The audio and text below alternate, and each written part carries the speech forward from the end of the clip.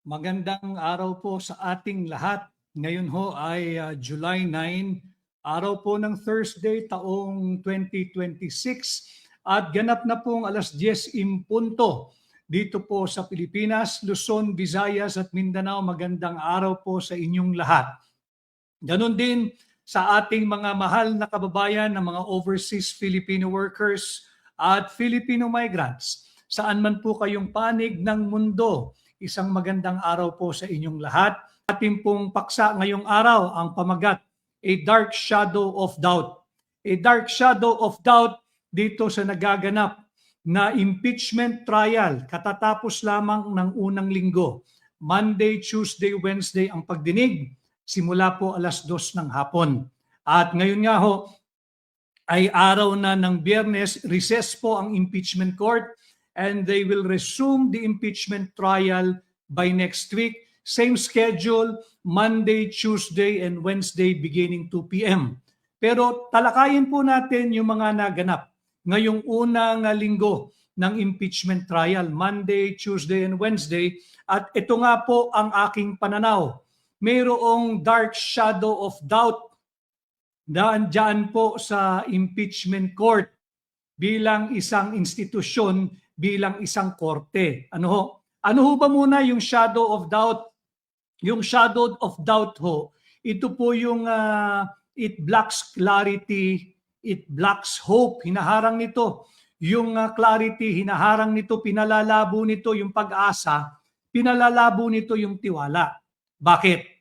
Tatandaan ninyo, bumigay si Sherwin Gatchalian, bumigay nung Lunes, unang araw ng impeachment trial, bumigay na si Sherwin Gatchalian. Isinuko niya yung kanyang pagiging Senate President / presiding officer ng Senado. Bawal po iyon, malinaw po iyon sa ating saligang batas. At dahil dito, nagkakaroon ngayon ng very dark shadow of doubt sa legitimacy not of the impeachment court per se. The impeachment court was validly constituted. Malinaw po yung pagkakabuo ng ating impeachment court. Ang meron pong dark shadow of doubt ay yung legitimacy ng presiding officer ni Senator Judge Chis Escudero. Bakit? Balikan po natin yung kaganapan ngayong linggo. Noong unang araw ng impeachment trial, bumigay agad si Sherwin Gatchalian. Bumigay si Sherwin Gatchalian at kanyang isinuko yung bahagi ng pagiging Senate President. Isinuko niya kahit pa mayroong mariing objection o pagtutol na inilalahad si Senator Judge Alan Peter Cayetano. Hindi niya pinagbigyan na ito ay magpaliwanag. Linagare, sinagasaan, Road. At pinaalalahanan pa siya ng kanyang colleague o kasamahan sa Senado, si Senator Judge Alan Peter Cayetano, na sana'y tandaan mo ang kanyang pakiusap kay Senate President Sherwin Gatchalian that this is your Senate presidency. What legacy would you want to be remembered or what legacy would you want to make out of your being a Senate President?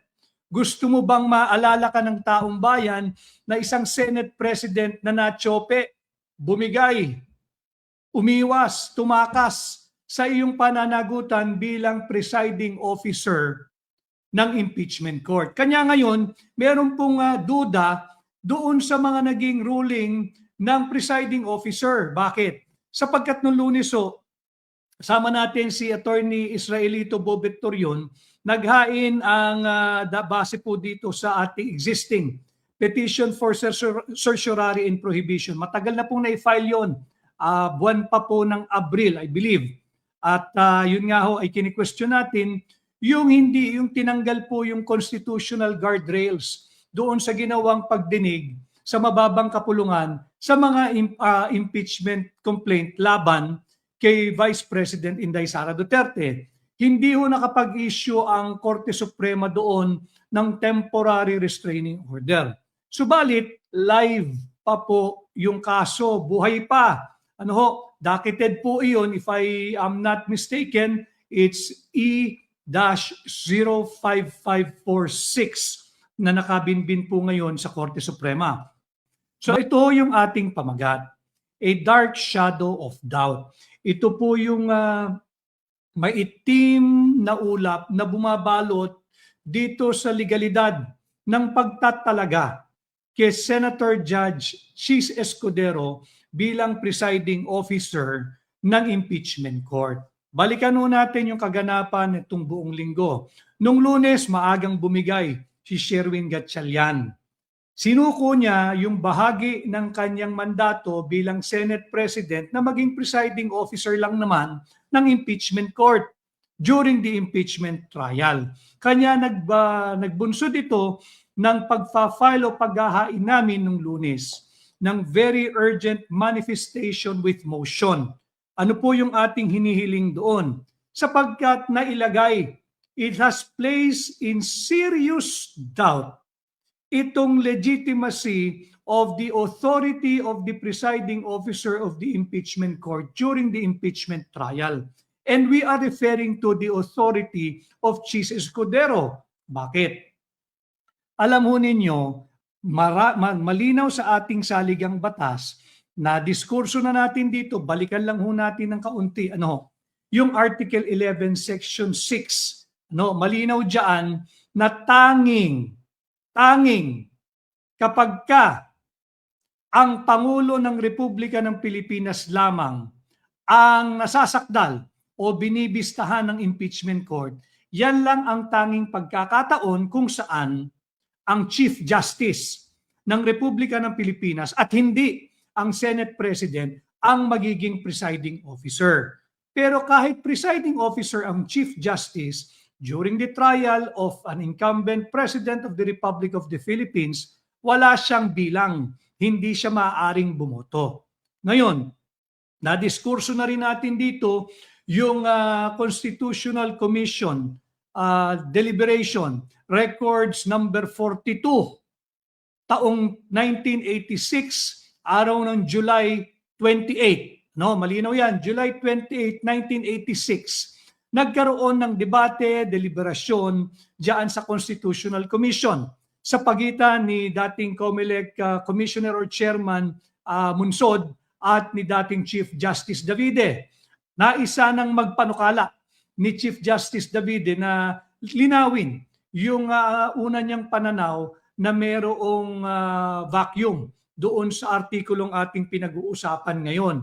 Subalit tumugon agad si Constitutional Commission Delegate Munsod, sinabi niya hindi na kinakailangan. Malinaw doon sa kanilang binubuong saligang batas noong taong 1986, July 28, during their deliberation. Nandyan po yan, nasa records po yan ng Constitutional Commission Deliberation, record number 42.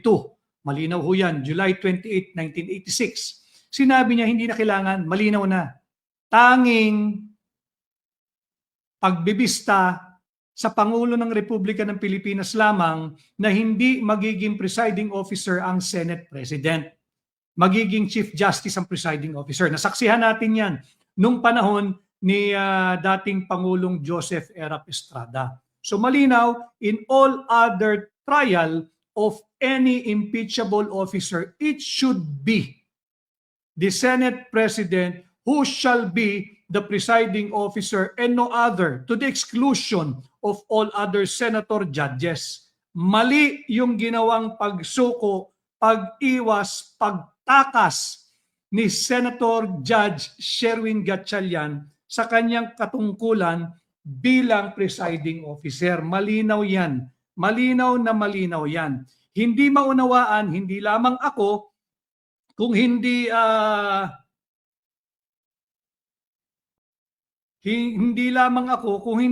malinaw sa mamamayang Pilipino, ano pa ba ang ginagawa ng isang Senator Judge Sherwin Gatchalian katabi ng presiding officer? Total, sinuko mo iyong kapangyarihan mo, yung mandato mo, yung iyong duty and obligation to be the presiding officer. Bumaba ka na lang doon sa mesa mo. Doon ka na lang, nakakaasiwa eh. nakakaasiwa. Pero hanga ka rin naman dito kay Chis Escudero. Kumuha ng PA, Senate President pa. Yan si Chis Escudero. No? Makikita natin, walang ginagawa eh. Hindi nagsasalita, hindi pwedeng mag-rule. No? Dapat doon na lamang siya sa baba. Baka maaari pa siya makapagtanong doon, tataas siya ng kamay, i-recognize siya ng presiding officer. Subalit, hindi nga po ito constitutional. Yung ginawa niyang pagsalin ng kanyang obligasyon at kapangyarihan bilang presiding officer, ito po'y paglabag na malinaw sa ating saligang batas. Malinaw ho yan. The Constitution is our fundamental law. Pag sinabi yung fundamental law, lahat ng batas ay dapat alinsunod sa pinag-uutos ng ating saligang batas. The spring cannot rise above the source. Ang pinakamataas na batayan pagdating sa batas ay ang ating saligang batas. Hindi maaaring gumawa ng kahit anong batas o panukala ang kahit na anong legislative body, Senado man, Kongreso man, Provincial Board, City Council, Municipal Board, or Barangay Council, hindi maaaring magpasa ng kahit na anong panukala o kahit na anong regulasyon o kahit na anong batas kung hindi ito sang-ayon o kung lalabas itong higit na mas mataas o makapangyarihan sa Constitution, yung ating fundamental law. Ano po yung ating basis? Meron po tayong tinatawag sa ating batas. Sa ating batas, yung mga troll, makinig lang kayo para meron kayong makakuhang kaalaman para pag medyo gusto nyong bumatbat, meron naman kayong konting basihan. Meron tayong tinatawag na Doctrine of Constitutional Supremacy. Ano naman yung Doctrine of Constitutional Supremacy? Yung Doctrine of Constitutional Supremacy, simple lamang ho yun. If there is any law that conflicts with the Constitution, kahit na anong batas o regulasyon, kahit pa ito ay pag-uutos ng impeachment court, kahit pa sui generis o sui generis ang Korte ang impeachment court, pagka ang mga pag-uutos nito bangga o salungat sa ating saligang batas, ito ay void and has no legal power. It will have no legal authority. That in essence is the doctrine of constitutional supremacy. Tanong, constitutional ba ang ginawang pagsalin ng pagiging presiding officer ng impeachment court ni Sherwin Gatchalian kay Senator Judge Chis Escudero, who is now the presiding officer? To my mind, to our mind, yung aking mga colleagues na nag-file ng very urgent manifestation with motion nung Monday, that is unconstitutional. Again, because it violated the doctrine of the constitutional supremacy. Meaning, in a nutshell, any law that conflicts with the Constitution is void and has no legal power. It has no legal authority. Mali yung pagsalin, paglabag na malinaw yan sa ating saligang batas. Ngayon, dahil nga mali yung ginawa, it was procedurally infirm. Meron ngayong a dark shadow of doubt hovering above diyan sa authority ng presiding officer of the impeachment court. Ulitin ko we are not questioning the validity of the constitution of the impeachment court. No. The constitution of the impeachment court is valid and according to the dictates of the Constitution. Walang debate doon. Ang tinatanong namin sa Korte Suprema at hinihiling namin sa Korte Suprema, pahintuin yung pagiging presiding officer ni Senator Judge Chis Escudero. Hindi ang impeachment court. Hindi ang impeachment court. Kung hindi, yung pagiging presiding officer ni Senator Chis Escudero. Bakit? Kasi nga ho, ito'y labag doon sa doctrine of constitutional supremacy. Linabag nito ang malinaw na pag-uutos ng Article 11, Section 6 of our Constitution. At kapag ka inatras pa ho ninyo, malinaw doon sa deliberation ng Constitutional Commission 28 July 1986, base sa kanilang records number 42, malinaw doon na in all other cases, kapag ka ang dinidinig ay ang kaso ng impeachable officer except that of the President of the Republic of the Philippines, it is the Senate President and no other. No other senator, to the exclusion of all other senators. Senate President ang dapat mag-preside. Ito ay kasalanan ni Sherwin Gatchalian. This is not the fault of Senator Chis Escudero. However, meron pang magagawa si Senator Chis Escudero. Kung may delikadesa, pwede niyang i-tackle ito sa Lunes. Kahit mag-caucus silang mga senator judges, tika muna, mayroong nakabinbin na very urgent manifestation with motion diyan sa Korte Suprema, docketed as E-05546. Kini-question yung ang pagtatalaga sa akin bilang presiding officer at mayroong basihan. Yung basihan natin ay yung ating saligang batas at yung deliberation ng Constitutional Commission dated again July 28, 1986. At pag ito'y magpapatuloy, magkakaroon ng patuloy na dark shadow of doubt. Malagim, madilim, at maitim na pagdududa ng sambayan ng Pilipino sa legalidad ng pagkakatalaga kay Chis Escudero bilang presiding officer. Shadow of doubt. Ano bang ibig kong sabihin nun? Shadow of doubt, it blocks out clarity, it blocks out hope, it blocks out trusts. Kasi kung mali yung pagkakatalaga sa'yo, mali rin yung mga naging issuances, rulings at orders mo bilang presiding officer. Pagka nagpatuloy ito, hindi lamang ang depensa, hindi lamang ang prosecution ang nasa panganib dito. The prosecution and the defense are both at a disadvantage unless and until this issue ng illegal na pagkakatalaga sa presiding officer ay maresolba ng ating Korte Suprema. It creates a feeling of uncertainty. Nagkakaroon ng duda. Hindi lamang ang prosecution, hindi lamang ang depensa, bagkus higit pa yung mismong inuusig si Vice President Inday Sara Duterte. At ganon din tayo, taxpayers, tayong mamamayang Pilipino, magdududa tayo. O nga legal ba yung pagtatalaga kay Senador Chis Escudero? Legal ba yung pag-iwas ni Sherwin Gatchalian sa kanyang obligasyon na maging presiding officer? Tatandaan natin, lagay natin sa tamang konteksto, kasalanan ito lahat ni Senate President Sherwin Gatchalian.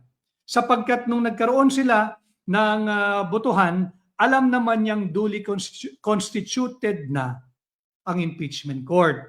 Alam naman niyang magaganap na yung impeachment trial. At alam naman niya na ang trabaho ng Senate President ay maging presiding officer sa impeachment trial ng lahat ng impeachable officers maliban na lamang sa Pangulo ng Republika ng Pilipinas. Anong kasalanan niya? Alam mo na Alam mo ng kaakibat ng trabaho at tanggapan ng Senate President yan, pagiging presiding officer ng impeachment trial at ng impeachment court, tinanggap mo pa.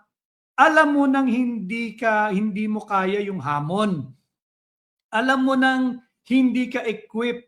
Wala kang hindi lamang karanasan, di bali na yung karanasan makukuha mo yan bilang Senate President.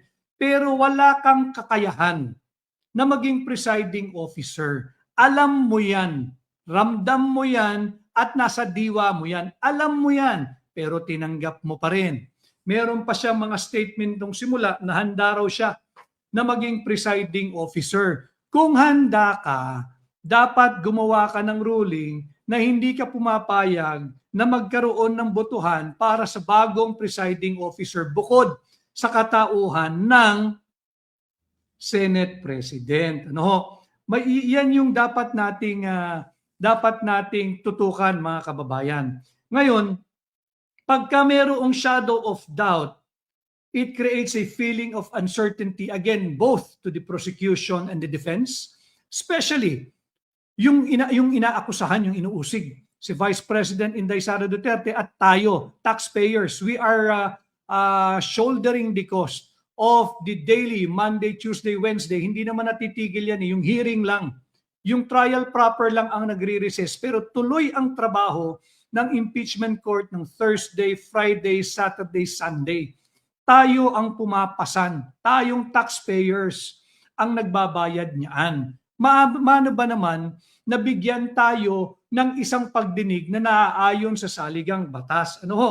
Sapagkat yung inuusig, bukod sa second highest official of the land, lahat po dapat dito ay naayon sa saligang batas. Not only that the accused or the subject of the trial in the impeachment court is the second highest official of the land, siya lang naman ang kaisa-isa na halal na opisyal ng Republika ng Pilipinas na ginawaran ng mahigit sa 32 milyong boto ng mamamayang Pilipino. 32 million votes ang iginawad dito ng mamamayang Pilipino. Tapos gagawa tayo ng isang pagdinig na labag sa ating saligang batas.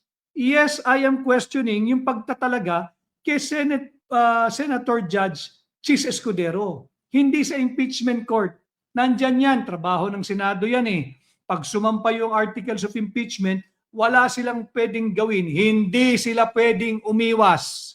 Kagaya ng pag-iwas ni Sherwin Gatchalian sa kanyang trabaho bilang presiding officer. Hindi pwedeng umiwas ang Senado na mag-constitute bilang impeachment court. Hindi kagaya ni Sherwin Gatchalian na umiwas, na tsope, na bahag, natakot, iniwasan, tumakas sa kanyang responsibilidad, hindi para sa kanyang sarili o hindi para sa mamamayang Pilipino na maging presiding officer ng impeachment court. Malinaw yan. Ngayon, hanggat hindi inaaksyonan ng Korte Suprema itong aming very urgent manifestation with motion, no? Dahil ang layunin ng aming very urgent manifestation with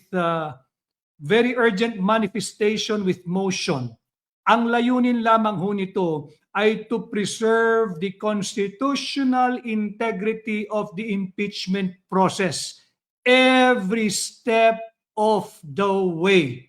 Litin ko ha, ang aming layunin sa pagsasampa o paghahain ng very urgent manifestation with motion, questioning the legality, the constitutionality, the validity ng pagtatalaga kay Senator Judge Chis Escudero bilang presiding officer at pag-iwas, pagtakas, pagtanggi ni Sherwin Gatchalian bilang presiding officer ng impeachment court. Ang aming layunin lamang dito ay to preserve the integrity of the impeachment court and of the impeachment trial and of the impeachment proceedings every step of the way, and to prevent the trial from proceeding under a presiding officer whose authority, yung kanyang kapangyarihan, yung kanyang legality and legitimacy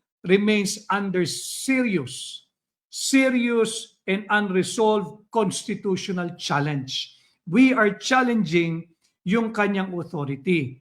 Litin ko ha, kasalanan ito lahat ni Sherwin Gatchalian. Kung hindi siya natsope, hindi siya naduwag, hindi siya natakot, hindi siya umiwas, hindi siya tumakas sa kanyang responsibilidad na maging presiding officer ng impeachment court during the impeachment trial, hindi sana kami naghain ng very urgent manifestation with motion. Ngayon, lahat tayo ay mayroong a dark shadow of doubt as to the legitimacy Ngayon, hindi na lamang yung legitimacy ni Senator Judge Chis Escudero, kung hindi yung mga kanyang orders, yung kanyang mga rulings, yung mga desisyon, no? Meron na ngayong dark shadow of doubt. Halimbawa, kampihan ng Korte Suprema yung aming very urgent motion at sabihing mali ang ginawang pagtatalaga kay Chis Escudero, mali ang pag-iwas, pagtakas at hindi pagtupad ng kanyang tungkulin ni Sherwin Gatchalian na maging presiding officer. Will it also put previous orders, previous rulings made by the challenged presiding officer invalid? Yan ho yung far-reaching implication. Kanya minarapat na nung Lunes, nung unang araw, nagsampa na tayo ng very urgent motion, very urgent manifestation with motion. Hindi para tutulan yung ginagawang pagdinig ng impeachment court, kung hindi upang questionin at tutulan yung pagtatalaga kay Chis Escudero bilang presiding officer ng impeachment court. Ang tanong ngayon, legal ba ang pagkakatalaga ng mayorya kay Chis Escudero bilang presiding officer ng impeachment court, o ito'y isang ganap na biyaheng kolorom? Illegal, unlawful, invalid, unconstitutional.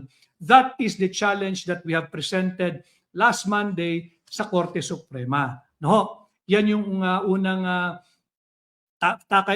talakayan natin dito sa ating pamagat, a dark shadow of doubt.